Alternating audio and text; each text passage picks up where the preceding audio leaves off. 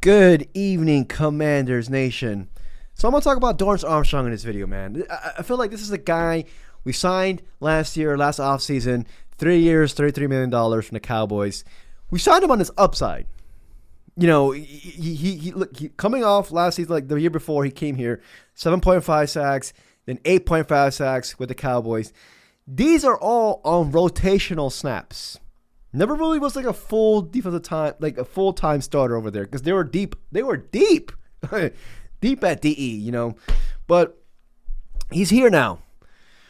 And I kind of feel like we all know this, where he could very well take another step this year for us. Comparatively speaking to his previous, like his first year with us.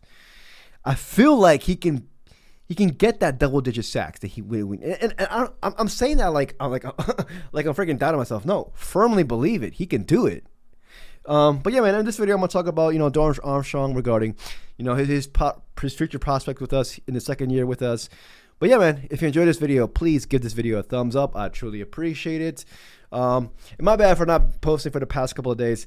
It's been the NBA draft, man. The NBA draft, I've been focusing on my other channel with the Wizards. But yeah. Dorrance Armstrong, I keep saying this, 10 sacks should be the goal for him. I think it should be not the minimum, but it's a realistic goal. This man is a good pass rusher. And then, this is his stats from last year with us, his first year with us, on a 3-year, $33 million deal. And I feel like he can definitely outplay that contract. If he's getting 10 sacks a year, yeah. But anyways, the numbers aren't eye-popping, 5 sacks, 2 forced fumbles, 20 tackles. But he had injuries. He had injuries all through, just, I would say more nagging injuries, but like injuries. And he never really was there full strength until towards the end of the season and in the playoffs, where he showed us why he showed me, why Dan Quinn likes him a lot. Like, Dan Quinn, remember, brought him from the Cowboys on here. And, I want to read this stat to you guys because this is his stats in the playoffs in 3 games. In 3 games, shit, I don't know if I'm spitting on my freaking microphone. In 3 games, this man had 3.5 sacks in 3 critical playoff games. And not only that, against the Buccaneers, half a sack. Against the Lions, he 2 sacks, critical forced fumble. Against the Eagles, a sack, 2 tackles. I'm just saying, he turned it up when you need him the most, and that's what great players do. And I'm just like, could this be a precursor of what's to come this year? I feel like we all think, when we think of, Armstrong, we aren't really worried about him. It's more of just what's on the opposite end of him, because granted, we lost Dante Fowler, but we got guys like Jacob Martin and, Javonte Jean-Baptiste, who are going to be there to hopefully replace Dante Fowler and, be the bookend to Armstrong on nickel situations. But what I'm thinking now is, Armstrong himself, how good can he be for us? I'm thinking he can get 10 sacks. I mean, he did it 8.5 sacks in 1 year with the Cowboys on rotational snaps. I want to read this stat to you guys, because I feel like this stat's gonna, it might open your freaking eyes, dude. Washington's defense, I'm gonna put it right here, struggled to generate pressure off the edge, posting just a 19.4 pass rush win rate, which marked us 24th in the NFL last year. But the only dude, this is last year, the only dude on our roster who had a PFF pass rushing grade above 66 was Dorrance Armstrong. And that includes Dante Fowler from last year. Again, with the pass rushing thing, it doesn't matter if you get the sacks. This man had 5 sacks. Are you pressuring the quarterback? Are you making this guy run for his freaking life out there? If you are, you succeeded.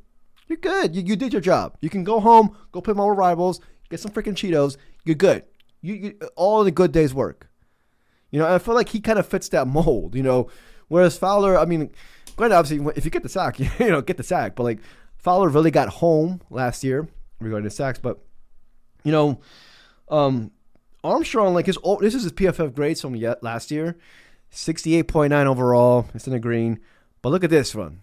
76.4 pass rush win rate, which marks him 22nd out of 211 edges in the NFL. It shows this man can put pressure on the quarterback. Now on the opposite end, though, run defense, pretty poor. 46.4, which ranked him 190th out of 211 edges.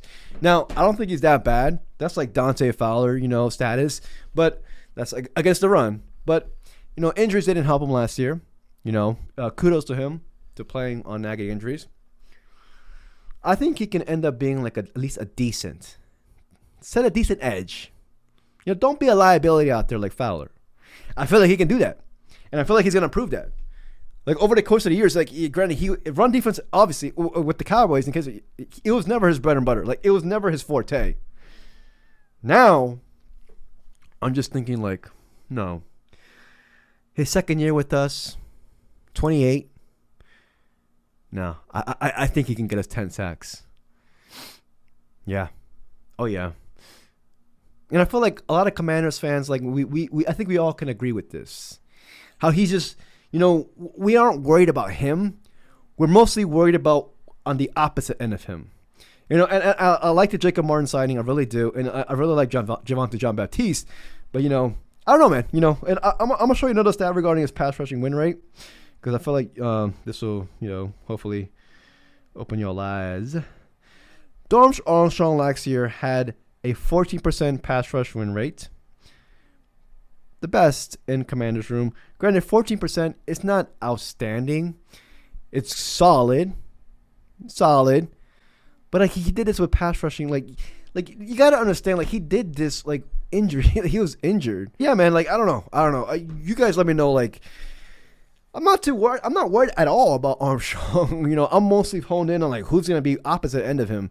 But 3 years, $33 million. If he gets you 11 sacks this year, he's outplaying, I think, his value of his contract. I think he needs more interior presence help. If the thing is, if Payne breaks out and he looks like he's been looking really good in the offseason, DQ liked him a lot, gave him praises, so did Witt Jr. But it's like a domino effect. If Payne is wreaking havoc, interior, and then the offenses are gonna start scheming around Payne, leaves more one-on-ones for Armstrong. It's all a domino effect.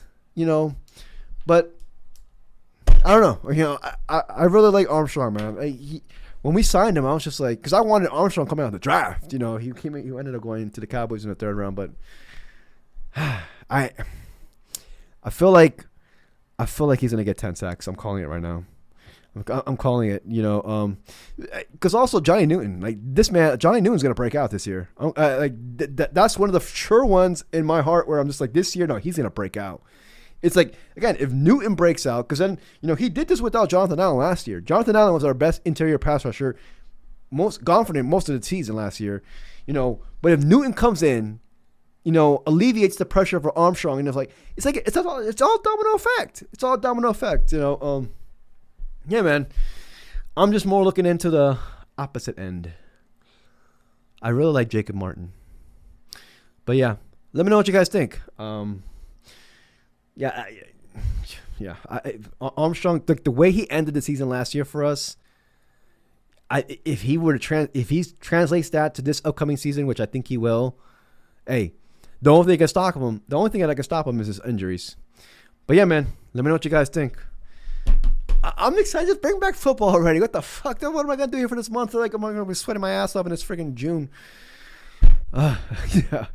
But yeah, man, if you enjoyed this video, please like and subscribe. I truly appreciate it. Until next video, peace, y'all.